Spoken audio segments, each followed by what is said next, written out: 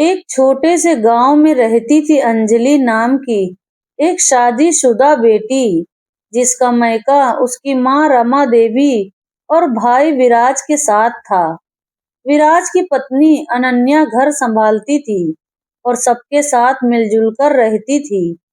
अंजलि की शादी को कई साल हो चुके थे, लेकिन वो बार बार मायके आती रहती थी। हर बार आते ही वो माँ रमा देवी को मीठी मीठी बातों से समझाती, माँ तुम्हारे लिए तो सब कुछ कर सकती हूँ, बस थोड़ा सा सामान दे दो। ससुराल में इतना कुछ नहीं है, बच्चे रोते रहते हैं। रमा देवी ममता में आकर घर का सामान, अनाज, कपड़े, बर्तन, कभी कभी तो सोने चांदी, छोटे मोटे गहने भी बेटी के साथ पैक करवा देती। विराज को शुरू में लगा कि बहन की मदद कर रहे हैं, लेकिन धीरे धीरे ये सिलसिला बढ़ता गया। अंजलि महीने में 2-3 बार आ जाती, कभी बच्चों के लिए, कभी सास ससुर के लिए, कभी नए त्योहार के बहाने। हर बार वो माँ को अलग में ले जाकर फुसफुसाती, भैया को मत बताना, वो समझ नहीं पाएंगे, बस थोड़ा सा सामान दे दो। रमा देवी चुपके से सामान दे देती। विराज और अनन्या को जब पता चला कि घर का स्टॉक कम होता जा रहा है, राशन की दुकान से लिया सामान भी बेटी के साथ चला जाता है, तो वो परेशान हो गए। अनन्या ने एक दिन रमा देवी से कहा, मम्मी जी, ऐसा नहीं चलेगा, घर का सब कुछ बेटी को दे दिया तो हम क्या खाएंगे? विराज की कमाई से ही तो सब चलता है। रमा पहले तो नाराज हुई, लेकिन मन ही मन उन्हें भी लगने लगा कि बात सही है।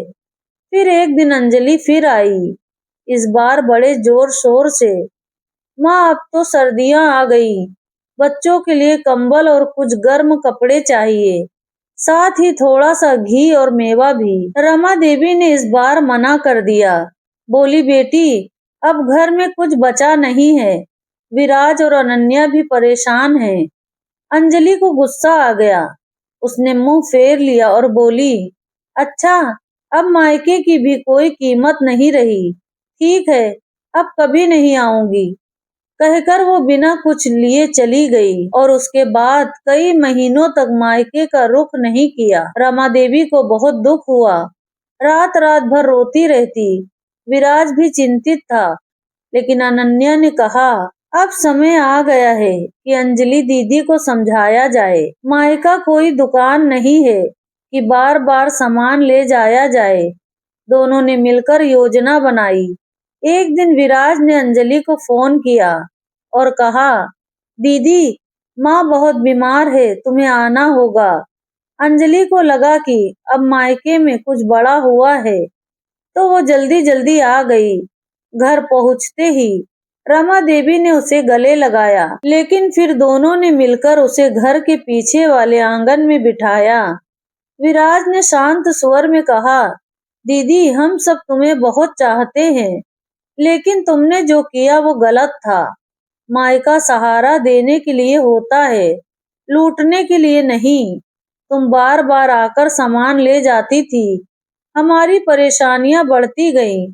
रमा देवी ने आंसू पोंछते हुए कहा, बेटी माँ का दिल टूटता है जब बेटी दूर हो जाती है, लेकिन जब बेटी माँ भाई को इस्तेमाल करती है तो वो दर्द और भी गहरा होता है।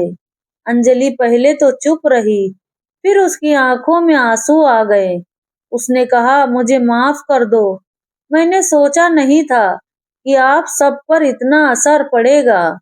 विराज ने आगे कहा, दीदी अब से मायका सिर्फ प्यार और स्नेह का स्थान रहेगा, सामान का हक नहीं।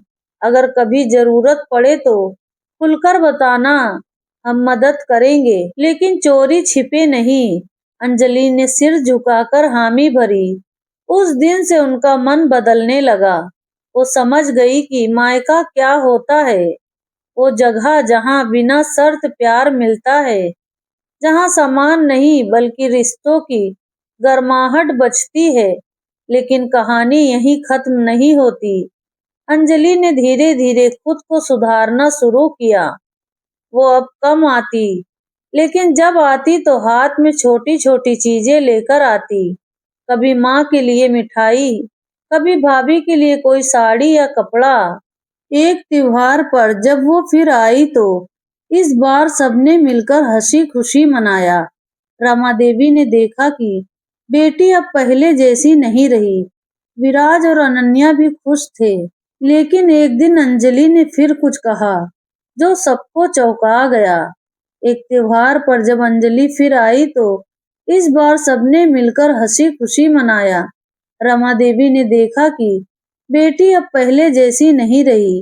विराज और अनन्या भी खुश थे, लेकिन एक दिन अंजलि ने फिर कुछ कहा जो सबको चौंका गया।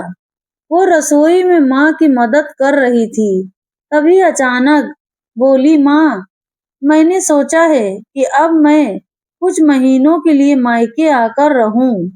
ससुराल में बहुत तनाव है। पति की तबीयत ठीक नहीं, सास जी का रोज झगड़ा करती हैं, बच्चे भी परेशान रहते हैं। मैं थक गई हूँ। क्या मैं कुछ समय के लिए यहाँ आ सकती हूँ? रमा का चेहरा एकदम से गंभीर हो गया। उन्होंने बर्तन रख दिया और धीरे से पूछा, कितने समय के लिए बेटी?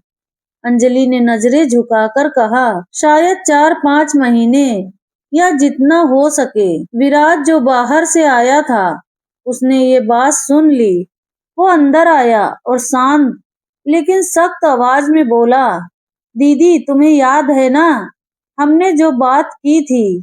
मायका प्यार का ठिकाना है, लेकिन किसी का बोझ बनने का नहीं। अगर ससुराल में परेशानी है तो हम बात करेंगे, बीच बचाव करेंगे, लेकिन तुम यहाँ शिफ्ट होकर रहने लगी तो क्या होगा? हमारा छोटा सा घर, हमारी अपनी जिंदगी, अनन्या का घर संभालना, सब उलट पुलट हो जाएगा। अंजलि की आंखें भर आई। उसने कहा, भैया, मैं तुम लोगों पर बोझ नहीं डालना चाहती, बस थोड़ा आराम चाहिए था। मैं समझ गई कि मैं पहले गलत थी, लेकिन अब सच में मुश्किल में हूँ। अनन्या ने बीच में आकर बात संभाली। उसने प्यार से अंजलि का हाथ पकड़ा और बोली, दीदी, हम तुम्हें कभी अकेला नहीं छोड़ेंगे, लेकिन घर में रहने का मतलब सिर्फ कमरा और खाना नहीं होता, रिश्ते भी होते हैं। अगर तुम यहाँ रहोगी तो हमें भी नियम बनाने पड़ेंगे, घर के काम में बराबर का हिस्सा, बच्चों की पढ़ाई में मदद, और सबसे जरूरी, ससुराल की समस्या को छिपाकर नहीं बल्कि सुलझाने की कोशिश। अंजलि ने सिर हिलाया।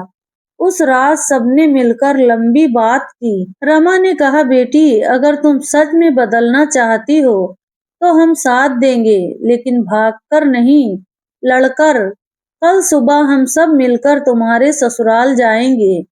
मैं, विराज, अनन्या, सब वहां जाकर साफ साफ बात करेंगे। अगर वो नहीं मानते तो फिर देखेंगे कि क्या किया जाए, लेकिन मायके में छिपकर रहना अब बंद। अगली सुबह सब तैयार होकर निकले। अंजलि के मन में डर था, लेकिन साथ ही एक अजीब सी ताकत भी महसूस हो रही थी। पहली बार उसे लगा कि मायका सिर्फ लेने की जगह नहीं, बल्कि साथ खड़े होने की ताकत भी देता है। कार में बैठते हुए विराज ने अंजलि से कहा, दीदी, आज जो भी होगा गुस्सा मत करना, हम शांति से बात करेंगे, लेकिन हाँ, अपनी बात जरूर रखना। तुम भी घर की बहू हो, तुम्हारी भी इज्जत होनी चाहिए। अंजलि ने मुस्कुराकर कहा, हाँ भैया, इस बार मैं चुप नहीं रहूंगी। जब वो ससुराल पहुंचे तो वहां का माहौल पहले से ही तनावपूर्ण था। सास जी ने देखते ही तीखी आवाज में कहा, अरे वाह, पूरी बारात लेकर आ गई हो, क्या बात है? रमा देवी ने मुस्कुराकर जवाब दिया, हम बारात नहीं, रिश्ते सुधारने आए हैं। तुम्हारी बहू की माँ, भाई है। और फिर बातचीत शुरू हुई, जो बहुत लंबी और भावुक होने वाली थी। लेकिन इस बार अंजलि अकेली नहीं थी। उसके पीछे माँ का प्यार, भाई का भरोसा और भाभी का साथ था। क्या वो मुलाकात रिश्तों को जोड़ पाएगी या फिर कोई नई तकरार खड़ी कर देगी? ये तो आने वाला वक्त ही बताएगा। अगर आपकी बहन बेटी ऐसा करती तो आप क्या करते? मायके की असली कीमत क्या है, प्यार या सामान? कमेंट में बताओ। आपकी फैमिली में ऐसा हुआ है क्या?